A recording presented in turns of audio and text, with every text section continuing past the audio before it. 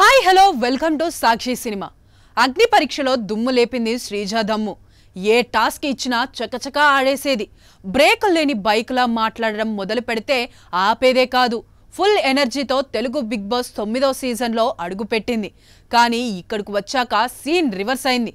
తాను అనుకున్న క్రేజ్, వచ్చిన పాజిటివిటీ అంతా కూడా నెగిటివ్గా మారింది.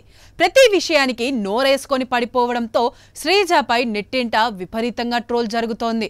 తనపై వ్యతిరేకత వస్తున్న విషయం గ్రహించి శ్రీజ తనను తాను మార్చుకునే ప్రయత్నం చేసింది. కొంచెం సైలెంట్ అయిపోయింది. ఆటలో మాత్రం శివంగిలా ఆడుతోంది. తాజాగా శ్రీజ తండ్రి దమ్ము శ్రీనివాసరావు ఓ ఇంటర్వ్యూలో తన కుటుంబం గురించి పలు విషయాలు పంచుకున్నారు. శ్రీజ చిన్నప్పుడు గంజి తాగి స్కూల్కు వెళ్లేదని చెప్పారు. తనకు ఒక్క మార్కు తక్కువ వేసినా ఊరుకునేది కాదని, ఏదైనా అనుకుంటే సాధించి తీరుతుందన్నారు. అగ్ని పరీక్షకు వెళ్లే ఒకరోజు ముందు తను సెలెక్ట్ అయినట్లు చెప్పిందని, తనకు తామెప్పుడు అడ్డు చెప్పలేదన్నారు. బిగ్ బాస్ కు వెళ్తానంటే సరేనన్నామని, ఎంతో మందిని దాటుకొని షో దాకా వెళ్లడమే గొప్ప విషయమన్నారు. వైజాగ్ అమ్మాయి శ్రీజ బిగ్ బాస్ కు వెళ్ళిందంటూ నన్ను పిలిచి మా ఊర్లో సన్మానం కూడా చేశారని చెప్పారు.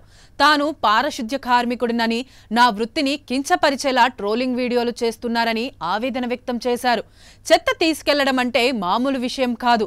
అందులోనూ చేతులతో చెత్త పట్టుకోవడం అంత ఈజీ కాదని అన్నారు.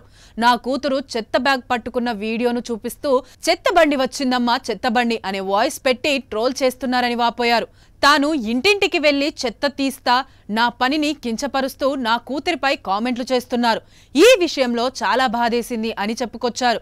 కాగా శ్రీజ 2 లక్షల జీతం వచ్చే సాఫ్ట్వేర్ జాబ్ను పక్కన పెట్టి మరీ బిగ్ బాస్ కు వెళ్లడం విశేషం. ఎప్పుడైనా ఎక్కడైనా మీ చేతిలోనే వార్తా ప్రపంచం. మీ మొబైల్లో, మీ కంప్యూటర్లో, మీ టీవీలో. సాక్షి టీవీ డిజిటల్ ప్రసారాల కోసం లాగిన్ అవ్వండి www.youtube.com/sakshi tv. సబ్స్క్రైబ్ సాక్షి టీవీ యూట్యూబ్ ఛానల్.